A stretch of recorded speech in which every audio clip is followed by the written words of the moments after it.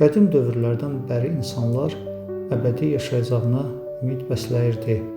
Bu məqsəd üçün onlar bəzən öz cəsədlərini mumyalamaqla əbədi yaşayacağına ümid göstərirdi. Ən qədim mumyalar Mərkəzi və Cənubi Amerikada, hal-hazırki Çili və Peru ərazisində tapılan Cinchorro mədəniyyətinə malik olan mumyalardır ki, onların da yaşı 10 minlə qədər gedir çıxır. Məlumatlara keçid etməzdən əvvəl kanala abunə olub bizlərə dəstək ola bilərsiniz. Ümumiyyətlə, mumyalamaq sözü ərəb mənşəli olub, mənası cəsədi qorumaq deməkdir. Cinchorro mədəniyyətində cəsədləri mumyalamaq üçün onun daxili orqanlarını çıxarıb, yerinə gil və bitki qalıqları doldururdular. Sonradan isə tüstüləmək vasitəsilə cəsədi qurudaraq mühafizə edirdilər. Qədim Çində də yaşı 4000-lə qədər olan mumyalar tapılmışdır ki, burada da oxşar proses həyata keçirilir. Öncə cəsədin daxili orqanları çıxardılır, sonra da müəyyən bitki mənşəli və s. maddələrlə cəsəd qurudulurdu. Ən kompleks mumyalamaq tədbirləri isə qədim Misirdə həyata keçirilirdi.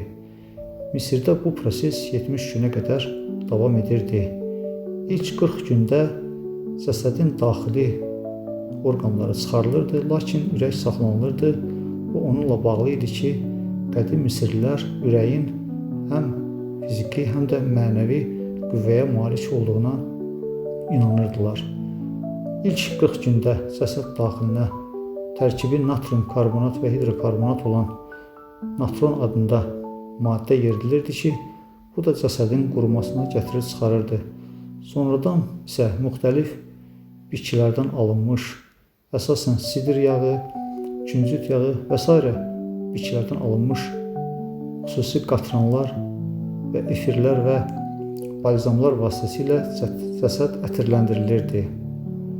Müasir dövrümüzdə də mumyalamaq nə qədər qədim olsa da başqa formada həyata keçirilir. Belə ki, krioprezervasiya adlanan proses zamanı cəsəd dondurulur və hətta bəzi insanlar öz cəsədləri ilə yanaşı heyvanlarının da cəsədinin saxlanması üçün bundan ötürü müəyyən vəsait ödəyirlər. Onların cəsədləri azot vasitəsilə dondurulur və hüceyrələrin tərkibində buz əmələ gəlməməsi üçün ona dimetil sulfoksid və etilen qlikol əlavə olunur. SSRİ-nin banisi Leninin cəsədini qorumaq üçün isə müəyyən bir nisbətdə formaldehid, gliserin və etil spirti tərkibli maye hazırlanıb əlavə olunur. Vaxtaşırı bu məhlul yenilənir və cəsədin qorunmasına çalışılır. Maraqlı məlumatların davamı üçün videonu bəyənməklə bizlərə dəstək ola bilərsiniz.